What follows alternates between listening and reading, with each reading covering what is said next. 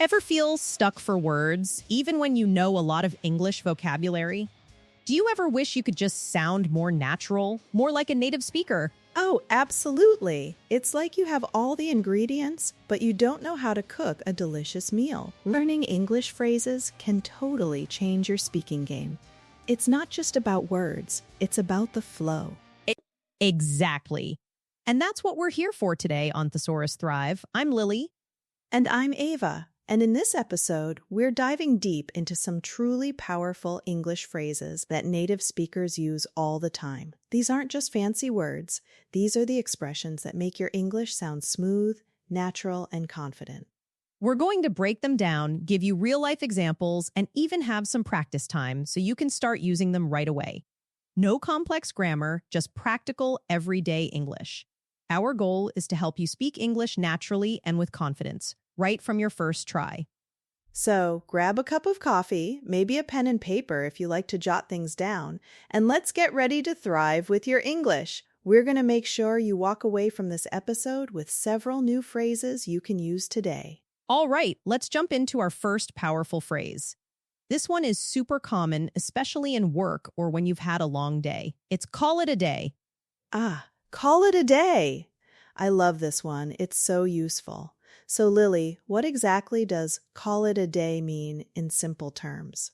Basically, when you call it a day, it means you decide to stop working or doing an activity for the rest of the day. You're saying, okay, I'm finished. I'm done for today. It's that feeling of wrapping things up. Yeah, it's not just for work. You could be cleaning your house, studying for an exam, or even playing a video game. If you decide to stop for today, you call it a day. Exactly. Let's think of some daily life examples. Imagine you're at work and it's 5 p.m. Your boss might say, okay, everyone, we've done a lot today. Let's call it a day. Meaning you can all go home now. Or let's say you're a student and you've been studying for hours for an important test. You feel tired. You could tell your friend, my brain is fried. I'm going to call it a day and get some rest. It means you're stopping your studying for today. That's a perfect example, Ava. It really conveys that sense of completion for the day. You're not stopping forever, just for today. So it's call it a day, not call it a life. Haha, good point, Lily. Let's try another one. Maybe you're working on a project at home, like painting a room. You've been at it for hours and your back hurts. You'd say, this room looks pretty good for now. I think I'll call it a day and finish tomorrow. It's a very natural way to end an activity. Absolutely. It's a way to acknowledge you've put in your time and effort for that specific day. You know, it's a phrase that really builds connection too. If you're with colleagues and someone says, I think I'll call it a day, everyone understands that feeling. It implies a sense of mutual understanding that work or an activity has reached a natural pause point. It's also often used when you're feeling tired or a bit overwhelmed and you need to step away. Like, I can't solve this problem right now. I'm going to call it a day and look at it with fresh eyes tomorrow. That's a great nuance, Ava. It shows self-awareness and good time management, actually. It's not giving up, it's pausing effectively. Now, let's get into some practice. Listen carefully and repeat after me. Try to say it with the same natural rhythm. First one, let's call it a day. Good. Again, let's call it a day. Okay, a bit longer. I'm going to call it a day. One more time. I'm going to call it a day. And finally, we should call it a day soon. Excellent. Keep practicing that. Try to feel the words in your mouth. Now, for our mini conversation to see how it works in real life. I'll be speaker A, and Ava will be speaker B. Hey, Ava, how's that report coming along? Are you almost finished? Almost, Lily. Just a few more paragraphs. But I've been staring at this screen for hours. My eyes are tired. I know the feeling. Why don't you call it a day? You can always finish fresh in the morning. That's a good idea. I think I will. Thanks. See how natural that sounds? Call it a day is perfect there. All right, moving on to our second powerful phrase. This one is all about encouragement when someone is facing a difficult situation. It's hang in there. Oh, hang in there. This is such a warm and supportive phrase. It's one of those expressions that makes you feel a little bit better just hearing it. So Lily, how would you explain hang in there simply? Well, Ava, Hang in there means to keep trying, keep going, and don't give up, especially when things are tough or difficult. It's like saying, stay strong, don't quit, things will get better. Exactly. It's really about perseverance. You're acknowledging that someone is going through a hard time, and you're telling them to endure it because there's hope. Let's think of some scenarios. Maybe a friend is having trouble finding a new job. Right. You could say to them, I know it's tough right now, but hang in there. Something will come up soon. It gives them a boost of hope. Or imagine a student is struggling with a really difficult class. They might feel like giving up. Their teacher or a classmate could say, I know this class is hard, but hang in there. You're learning a lot and it will be worth it. It's a very kind and empathetic thing to say. That's true. It's often used when you can't do anything to solve the problem for someone, but you can offer emotional support. Like if someone is waiting for important news, good or bad, it's a tense time.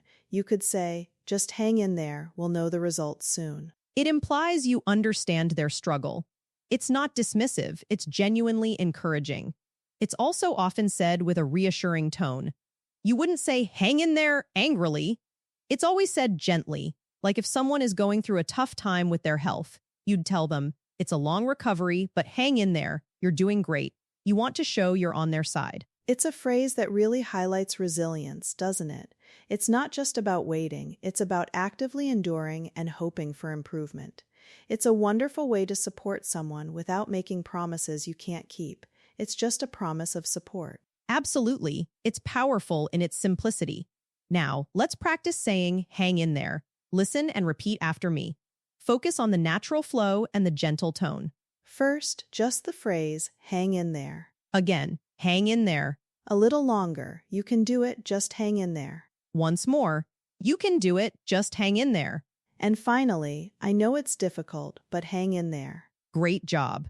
Remember, repetition is key for these phrases to become natural for you. Now, for our mini conversation for hang in there. I'll be speaker A and Lily will be speaker B. Hey Lily, I'm so frustrated with my English progress. I feel like I'm not improving. Oh, Ava, don't say that. Learning a language takes time. Just hang in there. You're doing amazing, honestly. Thanks, I needed to hear that. I guess I just have to keep practicing. See? That's hang in there in action. It's about being there for someone. All right, let's move to our third phrase, which is incredibly versatile.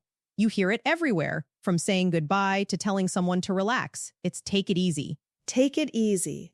This one is a classic. It has a few different meanings depending on the context, which makes it super useful.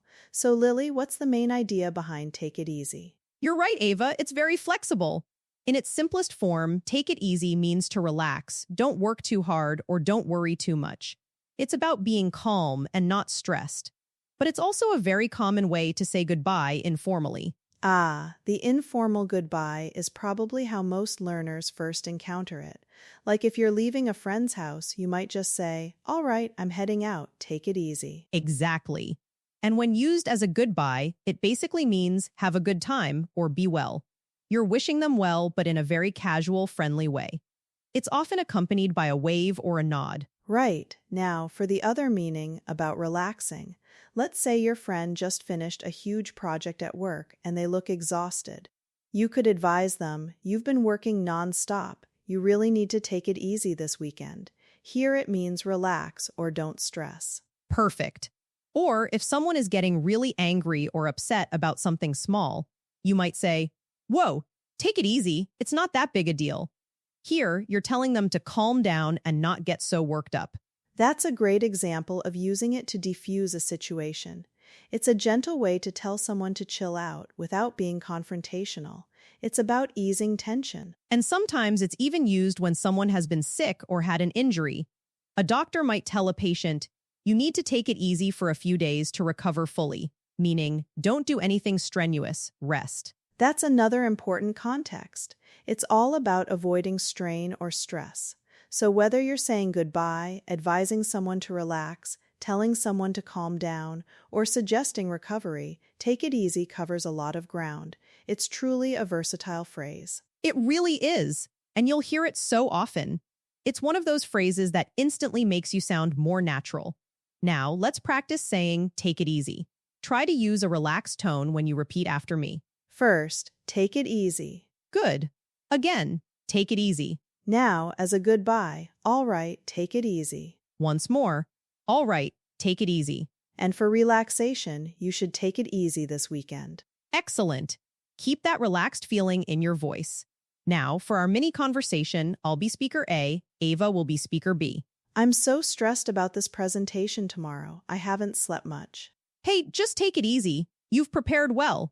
Get some rest and you'll do great. Thanks, I needed that reminder. Maybe I should just call it a day on studying. Smart move. Take it easy. Perfect! See how it works in different ways? It's really useful.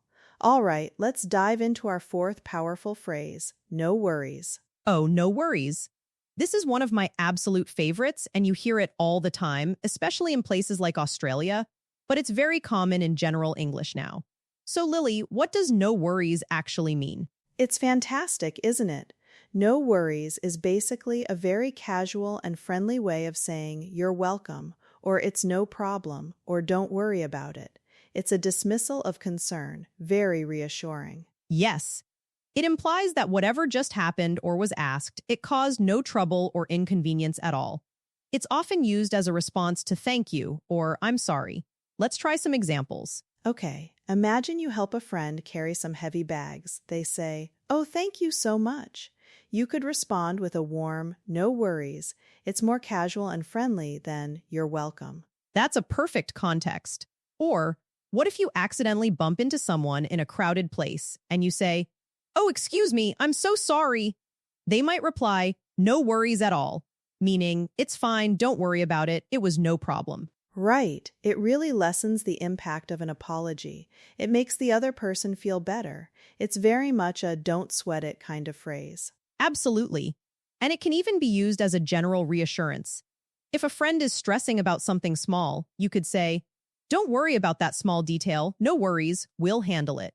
It's a very chill, relaxed way of communicating. It's so much more conversational than saying something formal like, "There is no need for concern." That just sounds robotic. No worries sounds like a real person. It flows beautifully in everyday conversation. It does. It's also adaptable. You can say no worries or no worries at all for a little extra emphasis. The key is that relaxed, open tone. You're conveying that everything is okay. If a colleague asks for help with a small task and you do it, they might say, "Thanks for your help," and you reply, "No worries, happy to assist." It just makes interactions smoother and friendlier. Exactly. It's a phrase that contributes to a positive and easygoing vibe. It's like saying, "Hey, life's good. No need to stress about small things." Okay, let's practice no worries. Repeat after me, trying to capture that easygoing tone. First, no worries. Again, no worries. As a response to thanks. "Thanks for your help. No worries." Once more, "Thanks for your help. No worries." And with a bit more, "Oh, don't worry about it. No worries at all." Fantastic! You're really getting the hang of these. Now, for our mini conversation. I'll be speaker A and Ava will be speaker B. "Oh no, I accidentally spilled a little coffee on your desk, Ava. I'm so sorry." Hey, no worries at all, Lily. It's just a tiny bit, easy to clean. "Phew, thanks. I really appreciate it." No worries. See how quickly it smooths things over? It's a great phrase to add to your toolkit. All right, moving on to our fifth and final powerful phrase for today, on the same page. On the same page. This one is brilliant, especially in a professional setting or when you're working with others. Ava, what does on the same page mean? It absolutely is.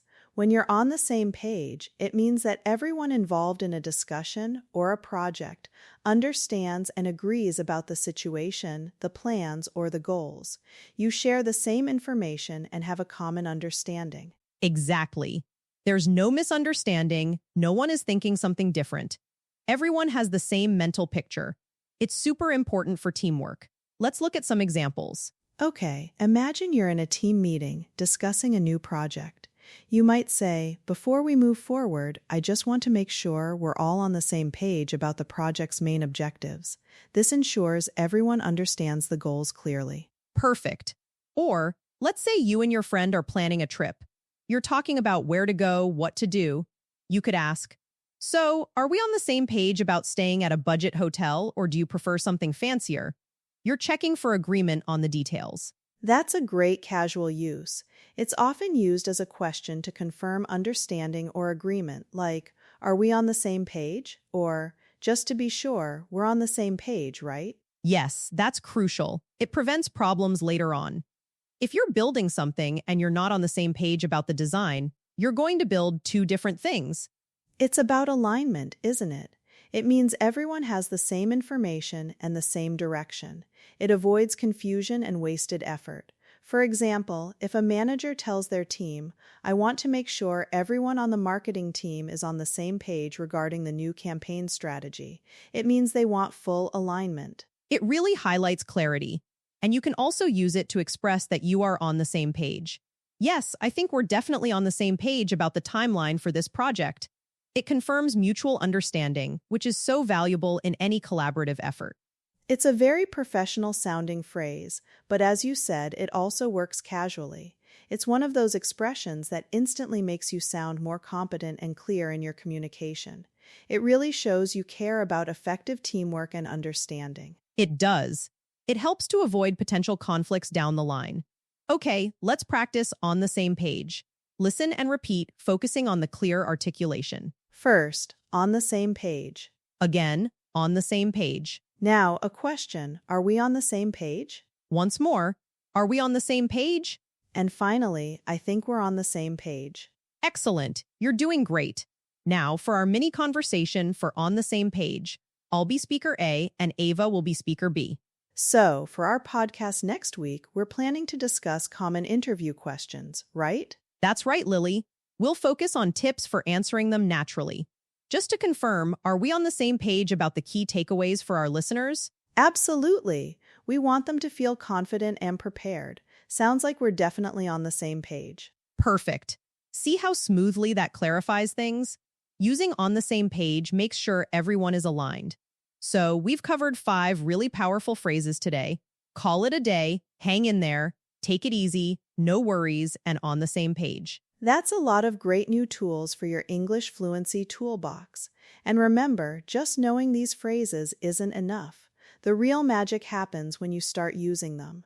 Speaking English naturally is a skill, and like any skill, it gets better with practice. That's so true, Lily. So let's give our listeners a few practical tips to really cement these phrases and boost their overall fluency.